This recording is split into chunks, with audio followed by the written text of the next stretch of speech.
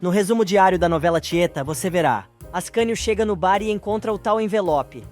Ele resolve abrir e diz aos amigos que aquele deve ser algum documento importante da Brascânio, avisando que vai dar uma olhadinha.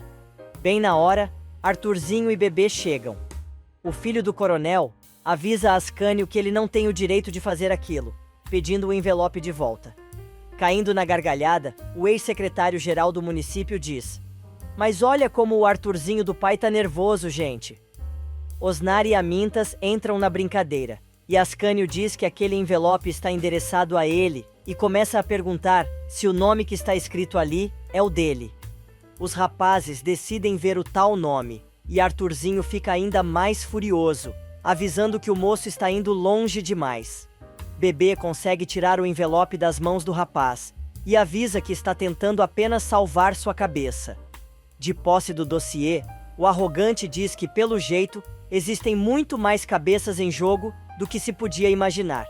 Depois que o infeliz vai embora, os rapazes apertam Ascânio tentando saber alguma coisa, mas ele está furioso com a rateada que deu, e avisa que foi até o bar para beber, e não para conversar. Timóteo, por sua vez, está arrumando a mala quando Elisa aparece, mas não consegue dizer o que pretendia. O engomadinho se despede da sogra, dizendo que pelo menos agora não precisa mais continuar com o fingimento, deixando a ex super triste e chateada. A moça resolve contar à mãe que teve um de seus ataques, e Timóteo a encontrou na fonte com o engenheiro, mas acabou entendendo tudo errado, admitindo que ainda gosta muito do rapaz. Tonha se culpa pela separação do casal, mas Elisa jura que valeu a pena ter sacrificado seu casamento, pois a mãe voltou muito melhor de São Paulo. Nesse meio tempo, Perpétua conta que revelou tudo a Tonha sobre a separação de sua irmã, mas o padre, mordendo os dentes, avisa que vai respondê-la novamente da confissão, e diz: "Acho que vou passar um bom tempo sem absolver seus pecados, e se você morrer nesse meio tempo, com todos eles lhe pensando nas costas, eu vou gargalhar." O sacerdote perde a calma, e manda a Tribufu sumir da frente dele. Mas a Bruaca, antes de ir embora, diz que o religioso está completamente doido. Na fazenda, lendo o dossiê, Arthurzinho lembra da conversa que teve com Tieta, quando revelou que mandou investigar as pessoas da cidade, inclusive sobre ela, mas não conseguiu descobrir nada, a não ser que a cabrona está usando um nome falso. Em Mangue Seco, Dário consegue finalmente abrir o cofre-baú, enquanto as meninas não se aguentam de tanta aflição. Perpétua chega em casa e dá de cara com Modesto que, louco de calor, se abana com o chapéu, ao invés de tirar o casaco. Vai entender. A mulher já chega dizendo que nunca deu liberdade a ele para que entrasse em sua casa e se abancar quando ela não está. Mas Modesto diz que só foi até aquele mausoléu para avisar que Letícia está em casa, e ela deve ir imediatamente pedir desculpas à garota, pelas grossuras que fez. Como se não bastasse, o dono do curtume manda a Bruaca dizer que a mocinha e Peto podem continuar namorando. A morcegona desdenha as ordens do sujeito, avisando que jamais se humilharia daquela maneira, diante de uma fedelha, filha de pais separados, e grita: "Quem o senhor pensa que é para me dar ordens?" Modesto cai na risada e diz: "Quem sou eu? Pois eu vou lhe dizer. Eu sou aquele que sabe o que tem dentro de uma certa caixa branca, que a senhora guarda lá no seu quarto. Esqueceu?" De boca aberta, a Jabiranga não diz uma só palavra, e simplesmente desmaia no sofá. Vendo que suas palavras surtiram efeito, Modesto continua, e diz que se ela não cumprir as ordens que recebeu, só vai precisar de meia hora para revelar para toda a cidade toda o segredo dela. Toma, Tribufu! Nesse meio tempo, Tapitanga vai falar com o filho, que nem levanta os olhos para conversar com o pai. O bode velho inicia o trololó, dizendo que aquela papelada deve ser muito importante, pois há mais de meia hora, o moço estava lendo o que tinha ali. Curioso, o coronel pergunta o que é, mas Arthurzinho deixa claro que o assunto não é da conta dele. Mas mesmo assim, o sujeito resolve contar que é graças àquela papelada que ele agora tem Tieta em suas mãos.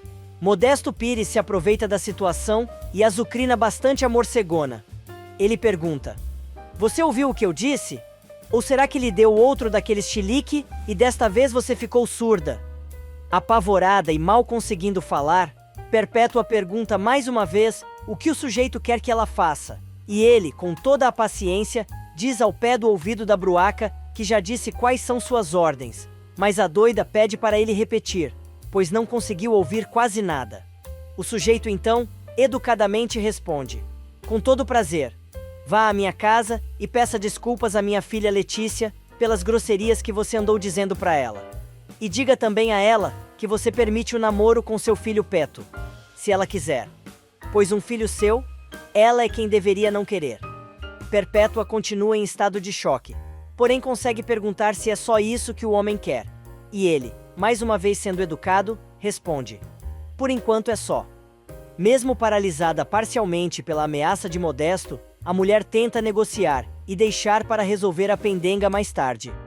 Entretanto, Modesto não aceita e avisa que ela tem que resolver aquela situação imediatamente, deixando claro que, se sair pela porta da casa dela sem ter sido atendido, vai dar com a língua nos dentes, revelando para todo mundo a coisa nojenta que ela guarda dentro daquela caixa branca. Imediatamente a mulher se levanta e avisa que está indo cumprir o acordo. Em Mangue Seco, Dário consegue finalmente abrir o cofre, baú que encontrou no fundo do mar, legado de seu falecido pai, e acha o tão famoso diário de Hitler, para a surpresa das meninas.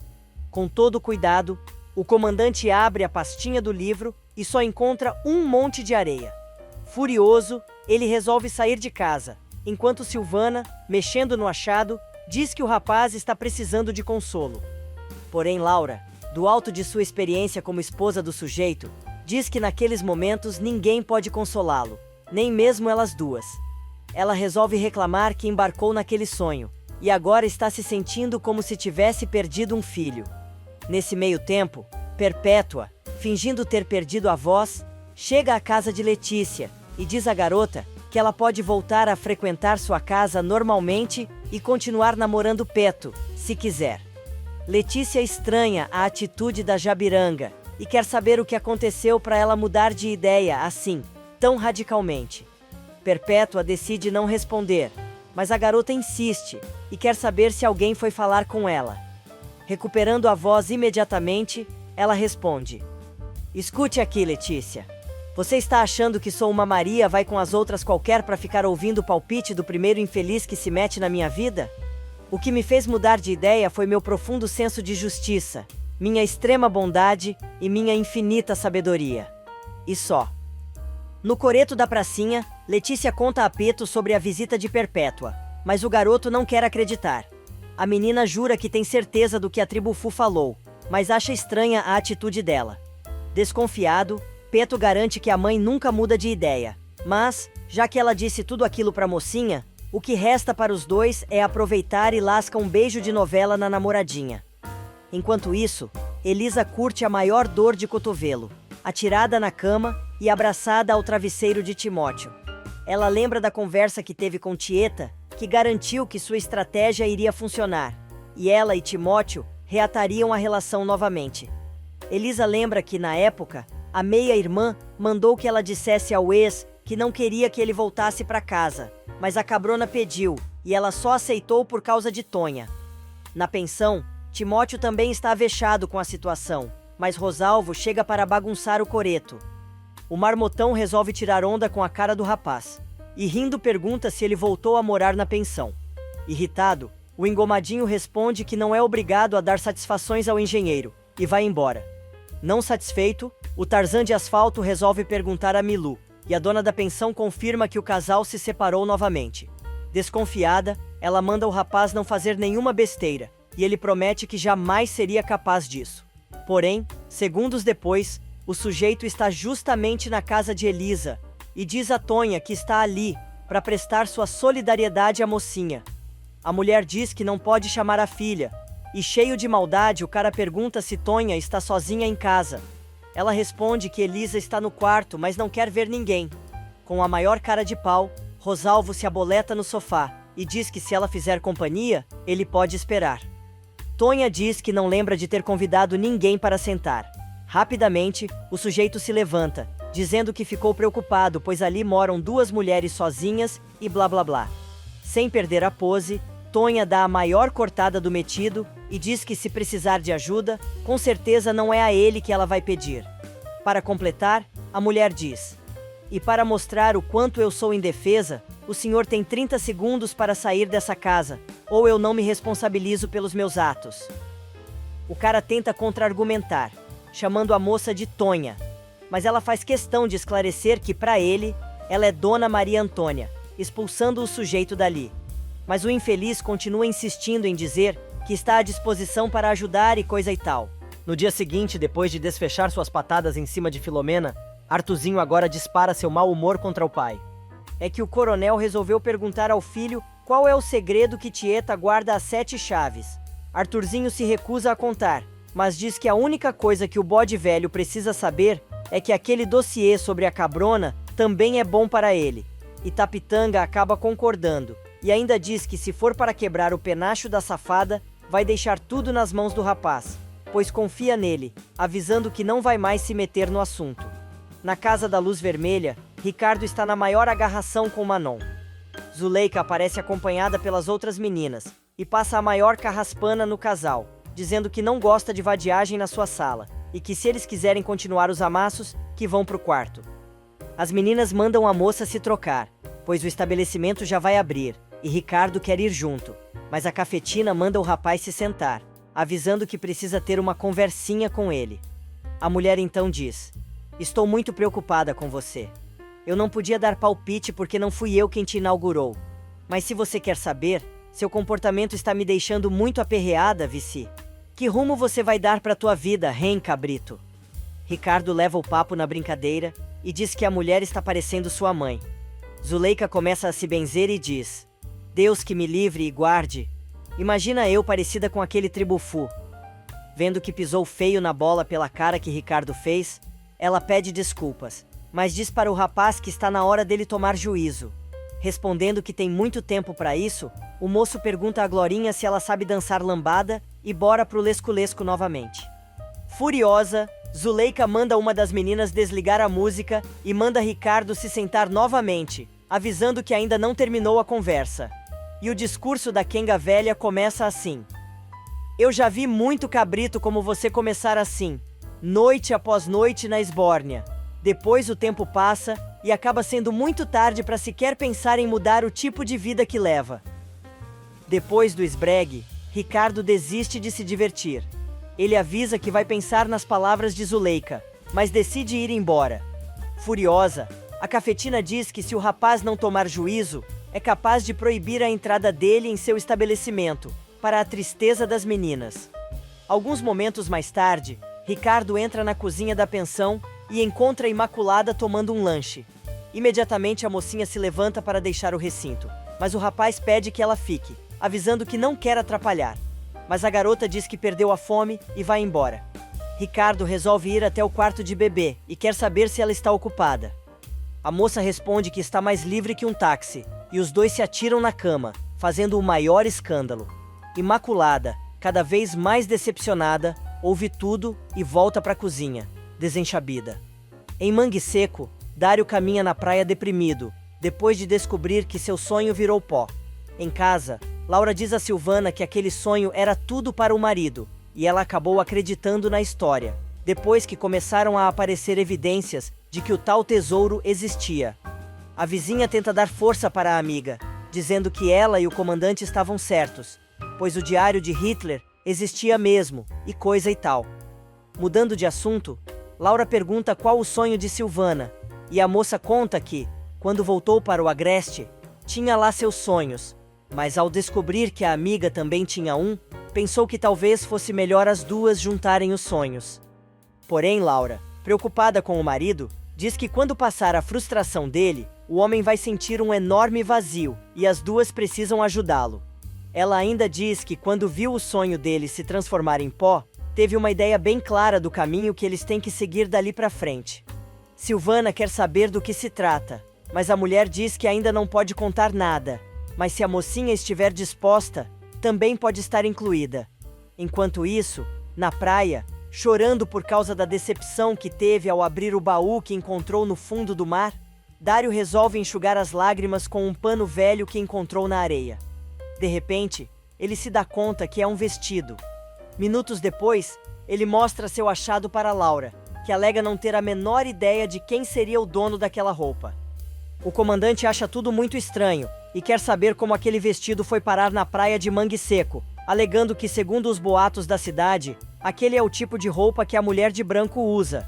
Silvana diz que a história não passa de uma lenda, e Laura, aproveitando o gancho, diz que a mulher de branco é uma assombração.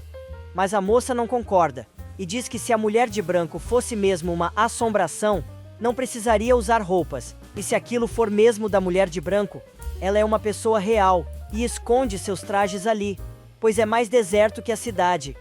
Dário quer colocar o tal vestido de volta na canoa, mas Laura, rindo, sugere que a roupa seja queimada, pois assim talvez a mulher de branco faça seus passeios completamente nua, pelas noites do agreste. Dário começa a rir, mas em seguida já se deprime novamente, deixando as meninas preocupadas. Laura pede a Silvana que passe a noite com o casal, pois eles estão muito tristes e precisam de companhia. E a Mocreia resolve sentar ao lado do sujeito no sofá. O comandante então, cercado por duas mulheres, faz aquela sua carinha de coitado. Um novo dia ensolarado começa. Aida e Carol estão indo trabalhar, quando Modesto aparece e vê as duas. O sujeito resolve se aproximar de Júnior, que ficou jogando bola com os meninos da cidade, e diz a ele que, depois de brincar com os coleguinhas, vá até o Curtume tomar um lanche. Da janela de seu escritório no Curtume, Modesto observa o filho brincando com os moleques e reflete sobre as cagadas que fez na vida. Na pensão, Cosme aparece na cozinha enquanto Ricardo está tomando café. O pentelho resolve criticar o horário em que o amigo está tomando seu desjejum, e Ricardo explica que foi dormir tarde. Mas o Padreco não consegue se conter e começa a criticar também a vida do moço, dizendo que ele precisa dar um rumo em sua vida e blá blá blá. De saco cheio, o rapaz diz que não quer brigar com o seminarista e coisa e tal, mas só para implicar com o Padreco, resolve dizer que ouviu a mesma coisa da boca de Zuleika Cinderela na noite anterior, e parece que os dois não são tão diferentes assim. Cosme se irrita, mas Ricardo começa a rir, porém deixa bem claro que é capaz de cuidar da própria vida. Não adianta nada, e o Chatonildo continua batendo na mesma tecla, dizendo que se o rapaz continuar no desfrute, vai jogar a vida no lixo. O moço explica que já entendeu que o amigo desistiu da vida de padre, mas acha que ele deveria fazer algo de positivo e construtivo, ao invés de ficar só na esbórnia. Ricardo desiste de tomar café e diz ao Chatonildo que vai pensar em tudo aquilo depois, mas por enquanto tem muito o que fazer. Cosme continua cacarejando, até que o rapaz manda o amigo cuidar de sua própria vista. O Padreco então diz que vai embora de Santana do Agreste assim que Jairo voltar da lua de mel. Silvana chega finalmente em casa e Juraci faz um escândalo chamando pelo marido. O advogado, abraçando a filha, explica que a esposa teve um de seus faniquitos e procurou por ela por toda a vizinhança, por mais que ele tentasse explicar que Silvana estava na casa de Laura. Juraci, furiosa, diz que a moça vive socada na vizinha e talvez fosse melhor que ela se mudasse para lá de uma vez. Silvana, para deixar a mãe ainda mais irritada, conta que está considerando esta possibilidade. Juraci começa a gritar e o advogado intervém, dizendo que a filha está só brincando, mas Silvana deixa os pais com a pulga atrás da orelha, quando diz que talvez não esteja brincando. A mulher começa a viajar na batatinha e comenta com seus botões. Se pelo menos Silvana tivesse passado a noite na casa de Carol, naquela cama redonda... Marcolino estranha e pergunta à esposa sobre o que ela está falando, e a mulher fica sem saber o que responder, mas diz que redonda é a úlcera que ela tem no estômago por causa das preocupações que a família provoca. Porém, depois de responder ao marido, Juraci volta à sua viagem e faz gestos com as mãos, sonhando com a cama de Carol. Sem entender nada, Marcolino dá uma bronca na esposa e vai embora, mas ela continua em outro mundo, e até começa a sentir uns calorões, dizendo a si mesma que precisa ver aquela cama novamente. Na sacristia, Ricardo diz ao padre que todo mundo da cidade resolveu se preocupar com seu destino, mas não vê motivo para tanto trololó, pois ainda não tem idade para ficar pensando no futuro. Mariano dá um choque de realidade no rapaz, e diz que ele não é mais tão novinho conforme está pensando, e já está na idade de construir um futuro. O moço alega que não está com cabeça para isso e coisa e tal. Mas Mariano não desiste, e confessa que também já teve uma fase assim em sua vida. Mas passou, e com ele vai acontecer a mesma coisa. O religioso ainda diz que ele precisa ter esperanças, e construir uma nova vida sem ódio do passado, com a mente aberta e sem ressentimentos. Ando uma de psicanalista. Mariano diz que a revolta do rapaz é consequência da opressão que sofreu durante toda a sua vida. E agora que ele está livre, a revolta explodiu. O pároco insiste que o momento é de se preparar para construir o futuro, pedindo ao moço que vá para casa e pense sobre o assunto, pois tem certeza que o rapaz vai conseguir enfrentar isso. Nesse meio tempo, Tapitanga e Marcolino quebram a cabeça para tentar descobrir o que possa ser o segredo tão bem guardado de Tieta. O advogado lembra que a única coisa que sabem sobre a vida da cabrona em São Paulo é que ela é muito rica. Papo vai, papo vem, e rola até uma discussão sobre o emprego de pronomes possessivos e coisa e tal. Mas o bode velho, do alto de sua sabedoria, jura que Tieta tem um podre escondido, e isso deve ser uma bomba. Mas Arthurzinho já descobriu tudo. Esperto, Marcolino quer saber como o rapaz conseguiu descobrir sobre o passado de Tieta. Mas o coronel não tem o que responder.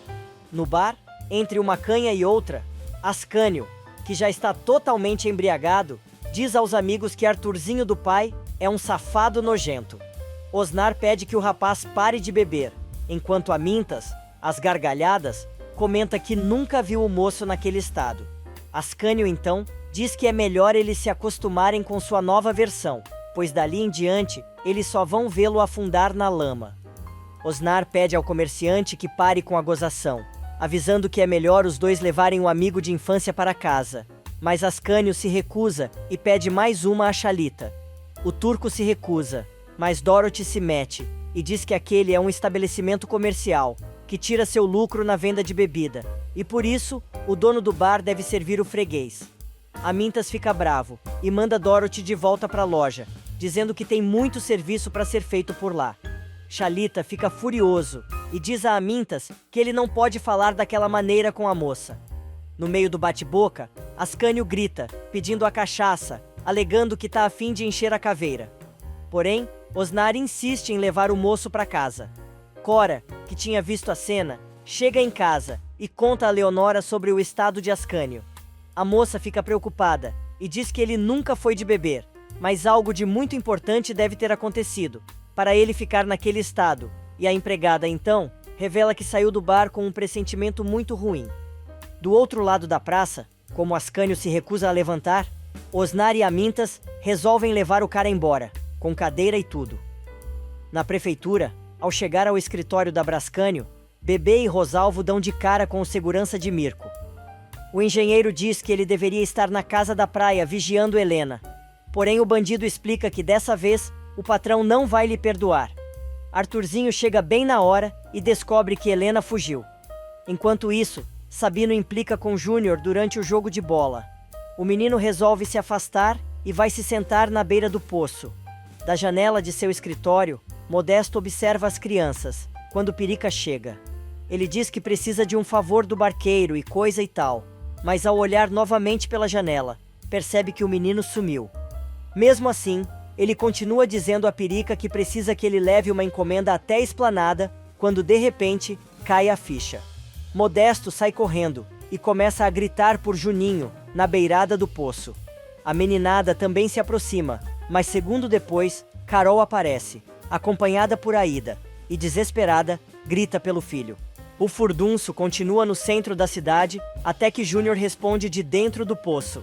Carolina, apavorada, pede a Modesto que faça alguma coisa, pois é o filho dele quem está lá no fundo. O dono do curtume pede a Pirica que busque uma corda bem grossa, enquanto o garoto grita que está com muito medo.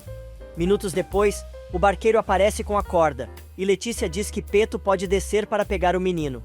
Porém, Modesto argumenta que o rapaz é grande demais e pode arrebentar a corda. Bentinho se oferece para descer, mas o sujeito, avisando que não precisa, faz seu famoso nó de Euclécio na tal corda, e diz que ele é o pai de Júnior, e portanto, a responsabilidade é dele. Modesto joga a corda no poço, e pede que Júnior passe o laço pela cintura, e segure a corda com firmeza. O menino diz que sim, e Modesto sobe na beirada. Enquanto passa a corda pela roldana, o homem instrui a criança a colocar os pés na parede do poço, como se estivesse andando, pois vão puxá-lo. Modesto organiza uma força-tarefa e começa a coordenar a subida do menino, puxando a corda junto com a gurizada de maneira ordenada. Pouco a pouco a rapaziada vai conseguindo seu intento, e logo depois, Júnior aparece todo sujo de lama, para a alegria de todos. O povo vai embora com o menino, deixando Modesto para trás. Na Brascânio, Arthurzinho está simplesmente indignado com a notícia e demite o segurança depois de xingar o sujeito. Assim que o homem sai, ele comenta que gostaria de viver na Idade Média, pois assim poderia comer o couro do segurança com chicote até ficar em carne viva. Bebê e Rosalvo se entreolham sem dizer uma só palavra. Com medo, Bebê decide perguntar o que o chefe vai fazer com a ex-mulher de Ascânio e Mirko. Depois de dizer que não é da conta da moça, avisa que no momento certo vai lidar com ela pessoalmente.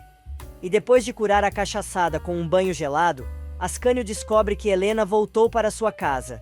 Nesse meio tempo, Osnar vai à casa de Tieta para tranquilizar Leonora, que estava super preocupada com o ex-namorado. A moça afirma que Ascânio não é de beber tanto, e por isso ficou muito preocupada. Osnar, então, revela que o amigo está daquele jeito por causa dela, e quer saber o que aconteceu para a mocinha terminar tudo com Ascânio tão de repente. Leonora explica que o que aconteceu é muito maior que o casal, e envolve outras pessoas, dizendo que este é o motivo pelo qual ela não pode comentar sobre o assunto. Osnar diz que gostaria de ajudá-la e coisa e tal, mas a moça, sofrendo muito, pede que ele ajude Ascânio, pois ela está acostumada a sofrer rasteiras da vida e pode aguentar o tranco. Nevinha aparece procurando por Leonora e diz que Elisa mandou chamá-la, pois tem um assunto urgente para falar. Enquanto isso, Ascânio tenta se livrar da Chicletosa, que afirma estar ali para dizer algo importante, pois quer muito ajudá-lo, revelando que o assunto é sobre a Brascânio, pois Mirko está mentindo. Desconfiado, o moço quer saber o que a ex está aprontando agora, mas a Fulustreca, chamando o cara de meu amor, jura que está do lado dele. Achando que está com a bola toda, a Mocreia diz que Mirko é Arthur da Tapitanga, filho do coronel. Sem dizer que já sabia do babado, Ascânio pergunta como a mulher descobriu aquilo, e ela, com a maior cara de pau, conta que se informou com amigos jornalistas do Rio e acabou descobrindo. A infeliz ainda diz que está dando aquela informação como prova de sua sinceridade, e ele pode usar como quiser. Em que mundo essa jabiranga vive? Continuando. Ascânio então responde: se eu não estivesse com tanta dor de cabeça, eu ia dar gargalhadas, viu? Como você mente com facilidade, Helena. A mulher, acreditando que é a última baranga do mundo, diz com um sorriso, que está dizendo a mais pura verdade. Irritado, Ascânio conta que já sabia disso, pois o próprio Mirko contou a ele e a mulher cai do cavalo. Helena pergunta se a cidade inteira já sabe disso, mas o rapaz avisa que não, e é melhor ela ficar de boca fechada. Ele conta ainda que Mirko disse tudo sobre o acordo que ela fez com Rosalvo e Bebê, e sobre a sacanagem para afastá-lo de Leonora.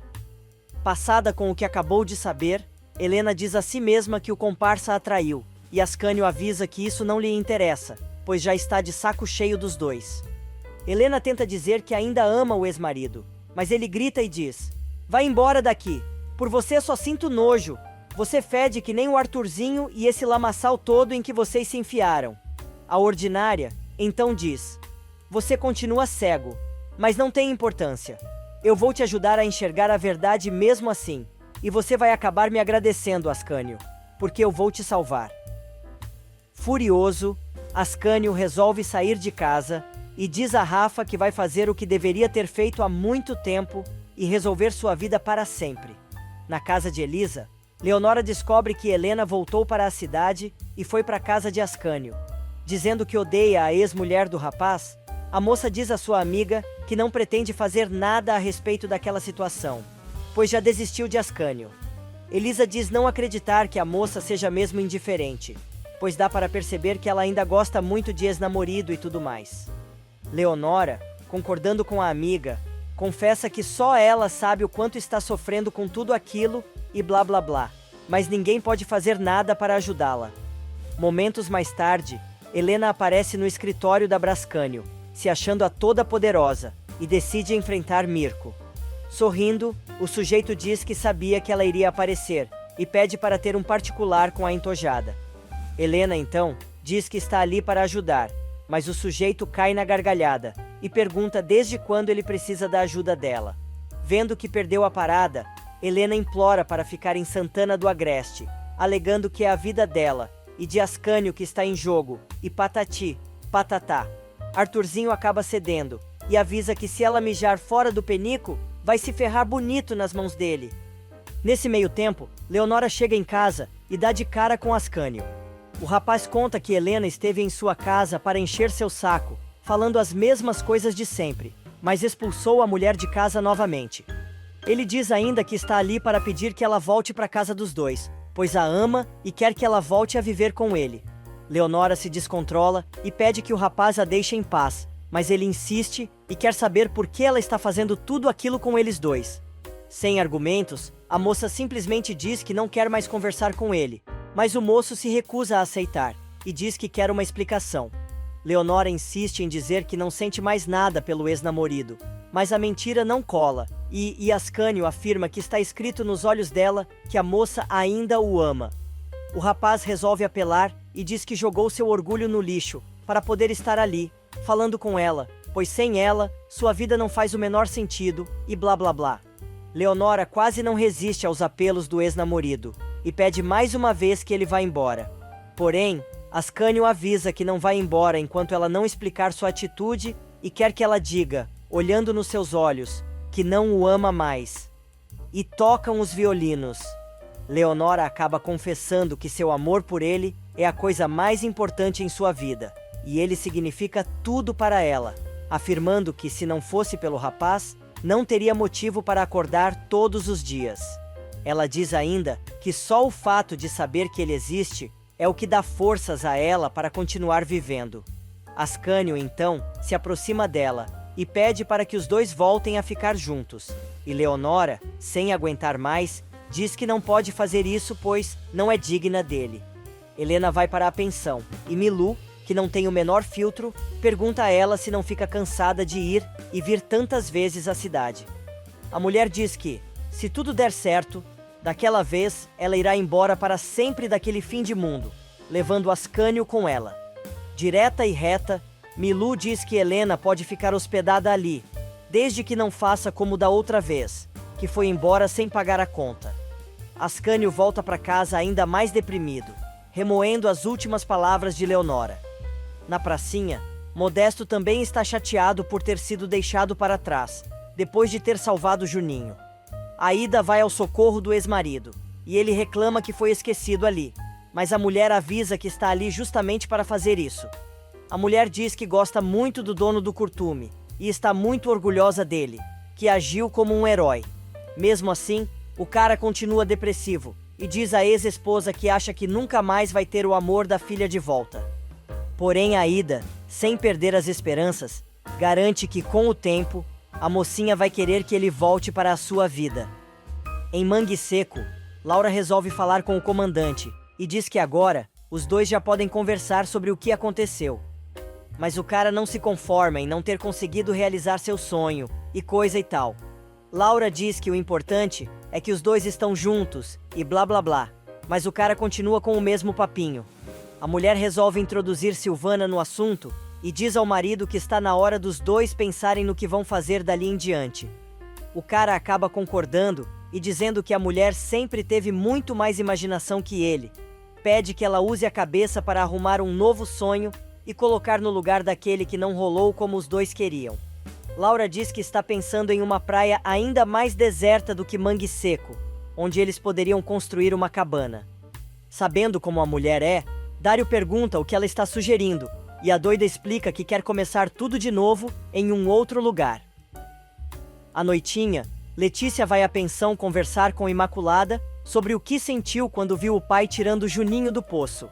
A garota aconselha a amiga a conversar com Modesto e fazer as pazes com ele, mas Letícia diz que não pode esquecer, de uma hora para a outra, o que ele fez com ela e com sua mãe. Imaculada, que tem resposta para tudo, diz à mocinha que ela não precisa esquecer, apenas perdoar. Mas Letícia prefere não falar mais sobre o assunto, e diz que foi até ali para saber de Ricardo. A ex-Rolinha fica triste ao tocar no assunto, e a filha de Modesto nota.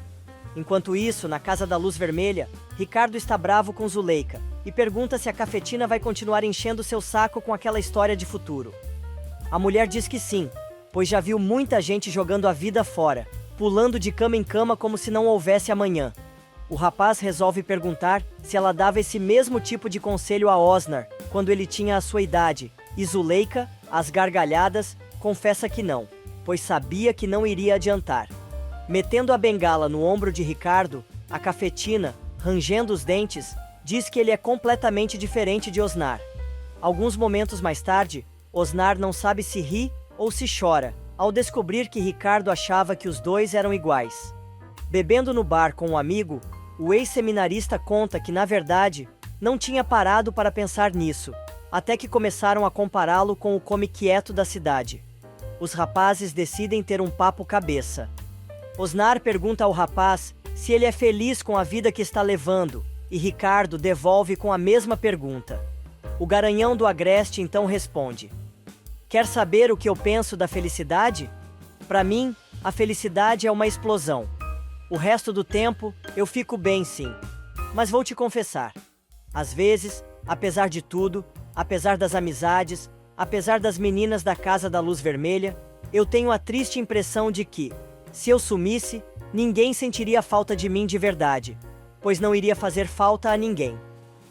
O bode continua filosofando, e diz que as pessoas não foram feitas para viverem sozinhas, confessando que sente falta de ter alguém só seu. Para completar, ele diz que pode se dar ao desfrute, pois tem terras e cabras, portanto, tem dinheiro. Mas pergunta a Ricardo o que ele vai fazer quando o dinheiro que ele economizou.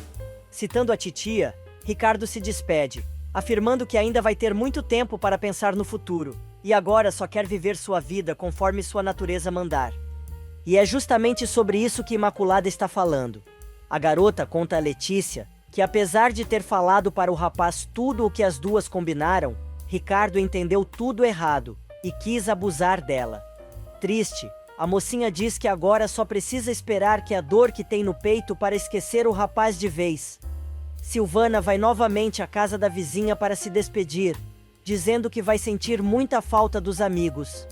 Laura explica que ela e o marido têm que partir rápido, porque senão eles se acomodam, o tempo passa e a vida acaba estagnando. Triste, Silvana conta que vai voltar para Salvador e Laura decide lembrar da conversa que as duas tiveram logo depois de abrirem o cofre onde estava o diário de Hitler, e quer saber se a moça se lembra que ela comentou que estava fazendo planos para o futuro. A filha de Marcolino diz que sim, e Laura continua com o trololó, perguntando se a moça também se lembra do que ela disse na ocasião. A garota responde que naquele momento, a amiga disse que, se ela quisesse, poderia ser incluída nos planos do casal.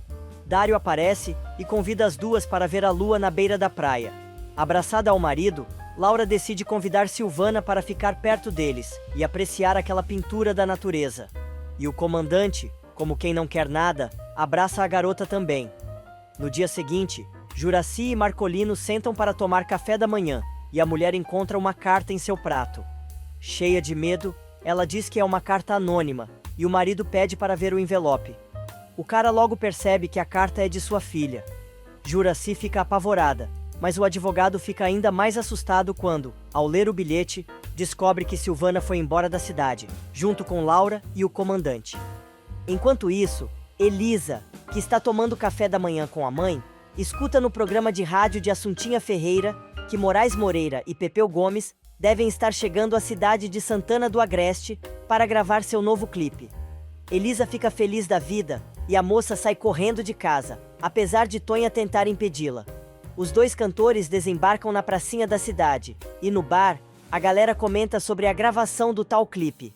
Elisa fura a fila e pede autógrafo dos músicos, mas confunde os dois. Mesmo assim, ela consegue que os caras assinem seu caderninho. No bar, a Mintas conta que a dupla vai escolher uma moça da cidade para participar do clipe, e na mesma hora, os rapazes chamam Elisa de volta, querendo saber um pouco mais sobre a moça. Enquanto a produção monta tudo para iniciar a gravação, os cantores convidam Elisa para participar. Amintas vai correndo contar para Timóteo que sua ex-esposa aceitou gravar com a dupla de músicos, mas o rapaz insiste em dizer que não vai deixar isso acontecer, pois não acredita que sua esposa vá se dar ao desfrute de aparecer na televisão. O comerciante resolve dar um conselho e diz ao amigo que é melhor ele se acostumar com a ideia, porque depois que Elisa aparecer no Fantástico, vai ficar famosa. O engomadinho fica indignado e avisa ao amigo que isso só vai acontecer se aqueles dois gabirus passarem por cima de seu cadáver. No escritório da Brascânio, Bebê resolve puxar o saco do chefe e o parabeniza, dizendo que faz mais de uma semana que Helena está na cidade e ele conseguiu manter a intrigueira quieta em seu canto. Mirko, obviamente, responde com uma patada, mas Rosalvo insiste no assunto e quer saber como o chefe conseguiu aquela proeza, pois a mulher mal sai da pensão. O entojado diz que Helena tem medo dele e por isso está quietinha, pois sabe que, se atravessar seu caminho, sabe muito bem o que pode acontecer. Bebê diz que a mulher está se fazendo de morta, e Mirko avisa que as decisões quem toma é ele, dizendo que precisa sair para dar sua cartada final.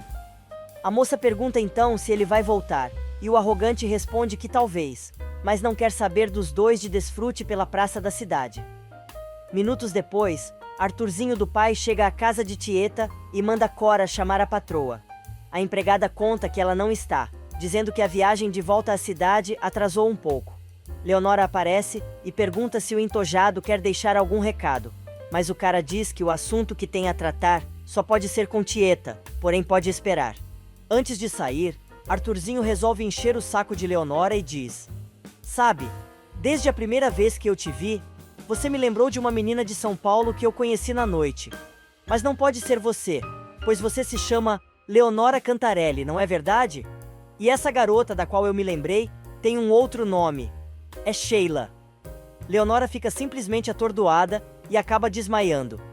Cora aparece e acode a garota, que, recobrando a consciência, diz que Arthurzinho sabe de tudo, e ela e Tieta estão perdidas.